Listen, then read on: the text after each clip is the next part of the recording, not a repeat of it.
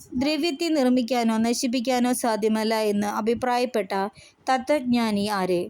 പാർമെനിഡസ്. ശബ്ദത്തേക്കാൾ വേഗത്തിൽ സഞ്ചരിക്കുന്ന വസ്തുവിൻ്റെ വേഗത സൂചിപ്പിക്കാൻ ഉപയോഗിക്കുന്ന പദമേത്? സൂപ്പർസോണിക്. പ്രകൃതിയിലെ അടിസ്ഥാന ബലങ്ങളെ ഏകോപിപ്പിച്ചുകൊണ്ടുള്ള സിദ്ധാന്തമേത്? സൂപ്പർ ഗ്രാൻഡ് യൂണിഫൈഡ് സിദ്ധാന്തം. ഏതു തരത്തിലുള്ള തരംഗങ്ങളാണ് ശബ്ദതരംഗങ്ങൾ? അനുദൈർഘ്യ തരംഗം. ന്യൂട്ടന്റെ ഗുരുത്വാകർഷണ നിയമങ്ങളുടെ കണ്ടുപിടുത്തം നടന്ന വർഷമേത്? 1665. അറ്റോമിക പിണ്ഡത്തിന്റെ യൂണിറ്റ് എന്ത്? AMU. ഇലക്ട്രോൺ ചലനത്തെ സംബന്ധിച്ച ഭൗതികശാസ്ത്രം ഏത്? ആറ്റോമെക്കാനിക്സ്.